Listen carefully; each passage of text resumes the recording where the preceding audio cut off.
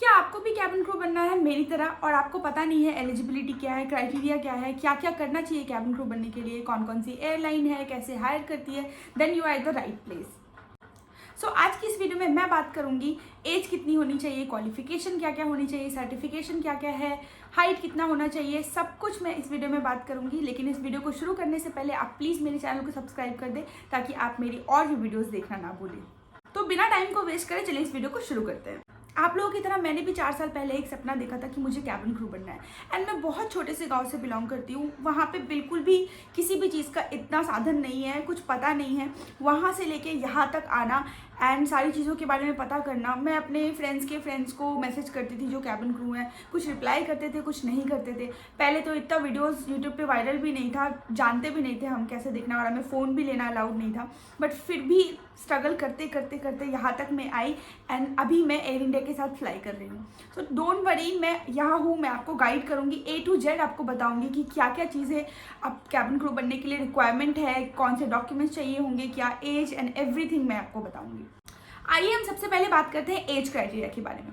Cabin crew बनने के लिए जो एज क्राइटेरिया है सबसे मिनिमम वो है 18। जैसे ही आपने अपना 18 कंप्लीट किया, द वेरी नेक्स्ट डे आप इंटरव्यू के लिए जा सकते हो एंड आप एलिजिबल हो इंटरव्यू में बैठने के लिए। हाँ, एक और बात, बहुत सारी एयरलाइन 21 एज वालों को भी हायर करती है। तो अगर आप इंटरव्यू देने के लिए जा रहे हो तो एयरलाइन का पेज खोल के एक बार उनका क्राइटेरिया ज़रूर पढ़ लें एंड देन आप इंटरव्यू के लिए जाएँ। जो दूसरी चीज़ है सबसे इंपॉर्टेंट, क्वालिफिकेशन। आइए क्वालिफिकेशन के बारे में बात करते हैं। क्वालिफिकेशन आपका 12th, मतलब इसमें भी सेम चीज़ है जैसे एज में है। बहुत सारी एयरलाइन आपको ग्रेजुएशन के बाद हायर करती है, बहुत सारी एयरलाइन आपको 12th के बाद ही हायर कर लेती है। सो ऐसा बिल्कुल नहीं है कि आपको ग्रेजुएशन करना एकदम ज़रूरी है, नहीं। एक कैबिन क्रू बनने के लिए अगर आपने 12th कर लिया है, अपना 12th कंप्लीट करने के बाद आप इंटरव्यू के लिए जा सकते हो। एक और बहुत इंपॉर्टेंट बात, आपका जो 12th है वो प्रॉपर सर्टिफाइड बोर्ड से ही होना चाहिए। बिकॉज जब मैंने अपना इंटरव्यू क्लियर किया था, जब मैंने ज्वाइन किया था एयरलाइन, तब मेरे बैच में एक लड़की थी जिसने मतलब इंटरव्यू के टाइम पे बोल दिया था कि हाँ मेरे पास प्रॉपर डॉक्यूमेंट्स है, मैंने 12th कंप्लीट कर लिया। लेकिन जब डॉक्यूमेंट सबमिट करने की बारी आई तो उसका सर्टिफाइड बोर्ड नहीं था, जिस वजह से उसको टर्मिनेट कर दिया, मतलब इन द सेंस लिया ही नहीं बैच में। सो उसको दोबारा से भेजा कि आप जाइए अपना 12th कंप्लीट कीजिए एंड देन आप फिर से इंटरव्यू के लिए आइए। सो प्लीज़ बी केयरफुल, जब भी आप इंटरव्यू देने के लिए जाए तो आपका 12th का सर्टिफिकेशन मतलब प्रॉपर एक सर्टिफाइड बोर्ड से होना चाहिए और आपका रिजल्ट और आपका जो कॉलेज लिविंग लेटर है वो आपके पास होना चाहिए। सो आइए तीसरी इंपॉर्टेंट चीज़ हम बात करते हैं कैबिन क्रू बनने के लिए, डॉक्यूमेंटेशन। डॉक्यूमेंटेशन में सबसे पहला इंपॉर्टेंट है आपका पासपोर्ट। आधार कार्ड, पैन कार्ड, ये तो हर किसी के पास होता है। आप किसी भी जॉब के लिए जाओ, ये आपके लिए इंपॉर्टेंट है। बट इस जॉब, अगर आप कैबिन क्रू जॉब करना चाहते हैं तो आपके पास आपका पासपोर्ट एकदम होना ही चाहिए। अगर आप इंटरव्यू के लिए गए हो, उस टाइम पे ही आपने अपना पासपोर्ट के लिए अप्लाई किया है, नो वरीज, आप जाओ, आप उनको क्लियरली बोल दो कि मेरा पासपोर्ट मतलब 15 दिन में या फिर 1 महीने में या फिर थोड़े दिनों में आने वाला है। बट डोंट लाई कि मेरे पास पासपोर्ट ऑलरेडी है, आपके पास पासपोर्ट नहीं है। तो क्योंकि क्या पता आपको एयरलाइन नेक्स्ट डे ही हायर करने के लिए बुला ले एंड डॉक्यूमेंटेशन के लिए मतलब डिमांड करे और आप बोले कि नहीं मेरे पास पासपोर्ट नहीं है और 15 दिन के बाद आने वाला है, तो आपके साथ प्रॉब्लम हो सकती है। तो इसलिए जब आपके पास पासपोर्ट है और आने भी वाला है तो प्लीज़ इंटरव्यू में ही क्लियर कर दो, या फिर जब भी वो पूछते हैं तभी ही क्लियर कर दो। सो डॉक्यूमेंट्स में आपके पास हो गया आपका पासपोर्ट, आपका आधार कार्ड, आपका पैन कार्ड, आपके पास पासपोर्ट साइज फोटो होनी चाहिए, वो तो हर किसी के पास होती है, एंड देन आपका 12th का मार्कशीट। ये सारी चीज़ें होनी आपके पास बहुत ज़रूरी है। सो आइए अब बात करते हैं चौथे इंपॉर्टेंट क्राइटेरिया के बारे में, आपका हाइट एंड आपका वेट।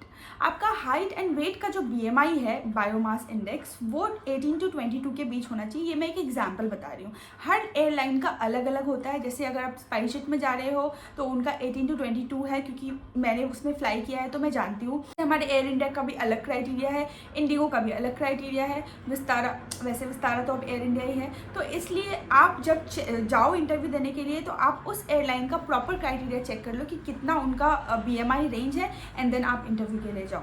सो आइए अब बात करते हैं मिनिमम हाइट कितनी रिक्वायरमेंट होती है। हर एयरलाइन का अलग अलग रिक्वायरमेंट्स है। जैसे आप इंडिगो में जाओगे तो उनका मिनिमम 155 सेंटीमीटर है। जनरली भी 155 सेंटीमीटर की अगर आप हो तो आप इंटरव्यू में जाने के लिए, बैठने के लिए एलिजिबल हो। सो आप कोई भी इंटरव्यू देने जाने से पहले एयरलाइन का पहले हाइट रेंज क्राइटेरिया पहले चेक कर लेना, उसके बाद ही आप इंटरव्यू के लिए जाना। सो आइए अब बात करते हैं कम्युनिकेशन के बारे में। कम्युनिकेशन के बारे में बहुत लोगों को बहुत सारा डाउट है कि ऐसी इंग्लिश आनी चाहिए, फराटेदार इंग्लिश आनी चाहिए। ऐसा बिल्कुल भी नहीं है। एयरलाइन आपसे बेसिक इंग्लिश एकदम बेसिक बोलती है, आपका प्रोनाउंसिएशन सही होना चाहिए, बेसिक इंग्लिश आपको आनी चाहिए, आपको समझना चाहिए, आप प्रॉपर अच्छे से बात कर सकते हो। ऐसा कहीं भी नहीं लिखा कि आप एकदम ऑक्सफोर्ड से पढ़ के आए हो, आपका कम्युनिकेशन एकदम हाई लेवल का है, नहीं। एकदम सिंपल डिसेंट इंग्लिश आपको आनी चाहिए। आप इंटरव्यू के लिए रेडी हो, आप जा सकते हो क्रैक करने के लिए। आपको हिंदी आना चाहिए, इंग्लिश आना चाहिए। ऐसा कुछ भी नहीं है कि आपको बहुत सारे लैंग्वेजेस आने चाहिए, नो, ऐसा कुछ भी नहीं है। इंटरव्यूज़ के लिए, इंटरव्यूज़ कहाँ पे होती है, आपको कैसे पता चलेगा। ये बहुत इंपॉर्टेंट टॉपिक है।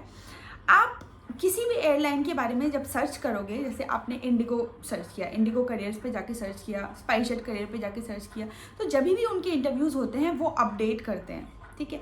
तो जैसे ही अपडेट करते हैं उसमें वेन्यू, डेट एंड ऑल सब कुछ लिखा होता है, सिटी भी लिखा होता है। एंड अभी तो उनका इंस्टाग्राम पे अपना पेज भी आ गया है, और अपने पेज पे वो हमेशा ही अपडेट करते हैं जब वो हायर करने वाले होते हैं कि हाँ हम हैदराबाद में इस डेट को हायर करने वाले, वेन्यू ये है। तो आपको डरने की कोई ज़रूरत नहीं है। आप अगर इंस्टाग्राम पे हो तो उनके पेज को फॉलो करो, एंड देन जब भी अगली डेट उनकी आई है इंटरव्यू के लिए, आप इंटरव्यू के लिए जाओ, वेन्यू पे जाओ। ऐसा ज़रूरी नहीं है कि अगर आप दिल्ली में रह रहे हो तो आप मुंबई इंटरव्यू के लिए नहीं आ सकते हो, ऑफ कोर्स आ सकते हो। अगर आपका वहाँ पे सिलेक्शन नहीं हुआ है तो आप मुंबई जाके इंटरव्यू दे दो। मैं आपको सजेस्ट करूँगी कि अगर आप सीरियसली कैबिन क्रू बनना चाहते हैं तो प्लीज़ आप और भी सिटीज़ में जाके ट्राई करें, अगर आपकी अपनी सिटीज़ में सिलेक्शन नहीं हो रहा है तो। गाइस प्लीज़ अपने आप को प्रिपेयर कर लो, क्योंकि नेक्स्ट ईयर बहुत सारी हायरिंग होने वाली है, क्योंकि इंडिगो ने बहुत सारा एयरक्राफ्ट ऑर्डर किया है एंड हमारे एयर इंडिया ने भी बहुत सारा एयरक्राफ्ट ऑर्डर किया है। तो प्लीज़ अपने आप को प्रिपेयर करो एंड मुझे कमेंट करो। अगर आपके पास कोई भी डाउट है तो मैं आपका डाउट पक्का क्लियर करूंगी। मेरे चैनल को सब्सक्राइब करना मत भूलो एंड मेरी वीडियोज़ प्लीज़ देखते रहो। तब तक के लिए bye bye and see you in the next video.